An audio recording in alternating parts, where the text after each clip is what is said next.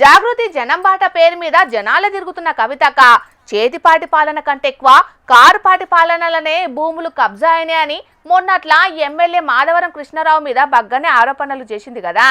ఇగియాల మాట్లాడుకుంటా కేటీఆర్ను కూడా గట్టిగానే అరుచుకున్నది.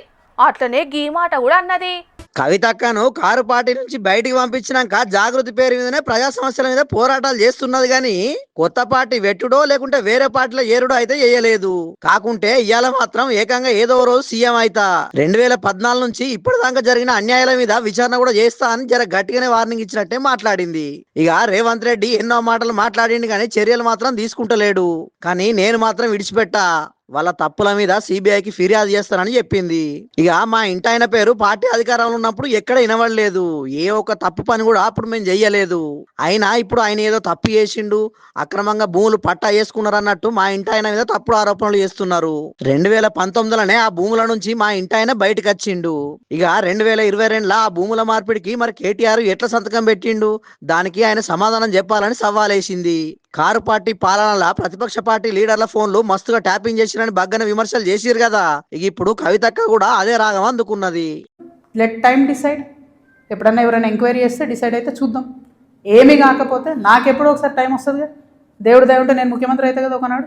ఆనాడు మాత్రం 2014 నుండి 2014 తెలంగాణ వచ్చినప్పటి నుండి ఇప్పటి వరకు అన్ని అన్యాయాల మీద నేను మాత్రం ఆరాధిస్తాను. ఎందుకంటే ఎవరు వచ్చి బయటకు వచ్చి మాట్లాడినా వాళ్ళని దబాయించాలి, వాళ్ళ మీద ఒక కేసు వేయాలి, వారిని ఏదో అనాలి, బురద చల్లాలి అని అంటే కుదరదు. నేను అట్లా ఊరుకునే వ్యక్తిని కాదు. 10 ఏళ్లలో ఎన్నడూ ఎవరు గవర్నమెంట్లో నా భర్త పేరు వినలేదు. ఇవాళ మీరు ఆయన మీద అలిగేషన్ చేస్తున్నారు. ఆయన ఫోన్ ట్యాప్ చేస్తారు, సిగ్గుండాలి, ఇంటర్లో ఫోన్ ట్యాప్ చేస్తారు, ఇటువంటి వెధవ ప్రచారాలు చేస్తారు. ఇంకా కళ్ళు చల్లబడతలేవా మీకు? పార్టీలకి నిలబొట్టారు కదరా బయటికి. ఇంకేంది మీరేమో మేము ఆడ ఢిల్లీలో కొట్లాడుతుంటే ఇక్కడ ఏసీ ఆఫీస్లా ఉండి పందికొక్కుల్లాగా కేసీఆర్ గారు నీడనే ఏరి ప్రజల సొమ్ము తిన్నది కాకుండా ఉల్టా నా మీద వెకిలి ప్రయత్నాలు వేస్తే మాత్రం ఒక్కొక్కరిది కాళ్ళు ఇరగొడతా చెప్తున్నాను.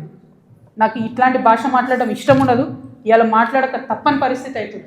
ఇంటి వాళ్ళని ఫోన్ కూడా ట్యాపింగ్ చేసిరని బగ్గనే గరమైన కవితక్క కాళ్ళు ఇరగొడతా అని వార్నింగ్ ఇచ్చింది. మొత్తానికైతే కేటీఆర్, హరీష్ రావు, సంతోష్ రావే కాదు, ఆఖరుకు కేసీఆర్ సార్ను కూడా విడిచిపెట్టేటట్టు లేదు. ఇవాళ కేసీఆర్ హయాంలో జరిగిన అన్యాయాల మీద ముఖ్యమంత్రి అయినాక విచారణ చేయిస్తా అన్నది. రేపట్ల అప్పుడు జరిగిన అవినీతిలో కేసీఆర్ కూడా బాగా ఉన్నదని అంటదో ఏం కథనో తెలియదు గాని మొత్తానికైతే బీఆర్ఎస్ పార్టీతోని డి అంటే డి అన్నట్టే మాటల దాడి చేస్తున్నది. చూడాలి మరి రేపట్ల ఇంకెట్లుంటదో ఈ రాజకీయం.